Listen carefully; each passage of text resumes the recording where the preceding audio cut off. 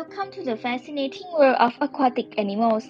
In this video, we will investigate into the incredible life of underwater creatures and explore the remarkable adaptations that allow them to thrive in their watery habitats.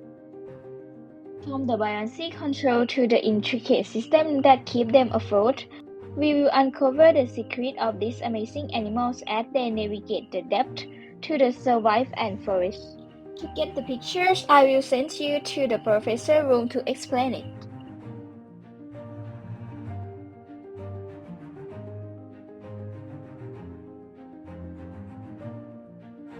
What is the buoyancy? Buoyancy or buoyant force is the force exerted upward on an object submerged in a fluid, and this force is also opposed to the weight of the object. Obviously, animals that live underwater like aquatic animals also require specific feature or technique to deal with the buoyancy. To calculate buoyant force, we can calculate by density times volume of the object and time gravity. So how does buoyancy work in fish? So in fish gonna have a special organ which is called swim bladder.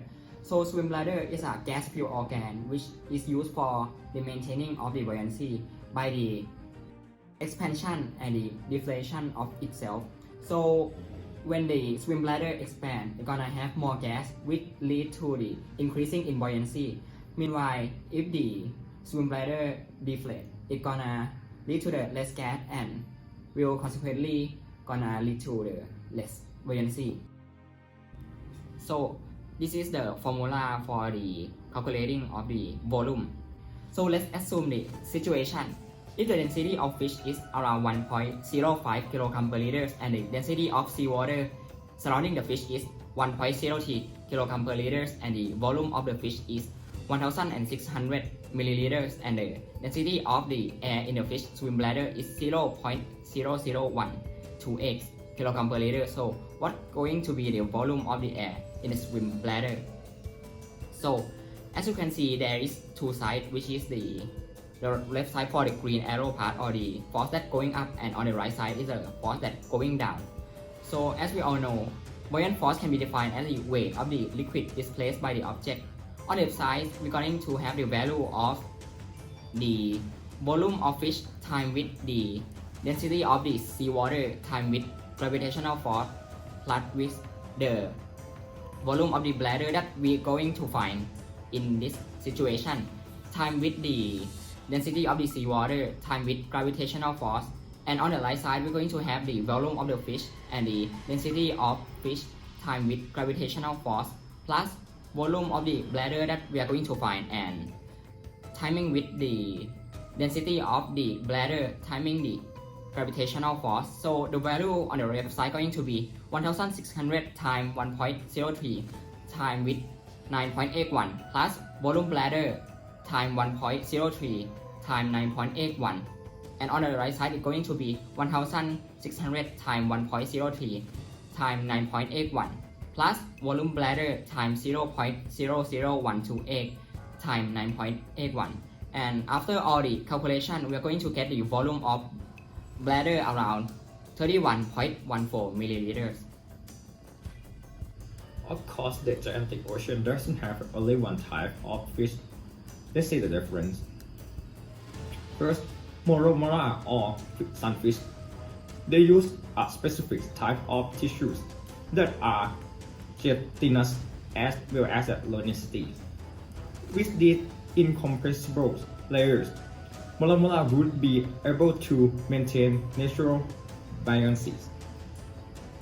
In part of calculate, you can use the same formula with a normal fish, but you will change the density because Molamula have a lower density than the fish. Next chart. Shark has a liver and cartilaginous skeleton to provide some buoyancy.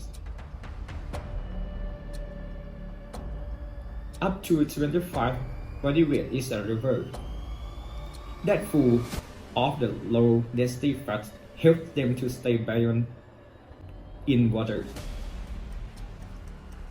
cartilaginous skeletons compensates for buoyancy because this skeleton less density than the bones and help them to buoyant too. But these systems are not enough to maintain the buoyancy because primary sharks have a negative buoyancy.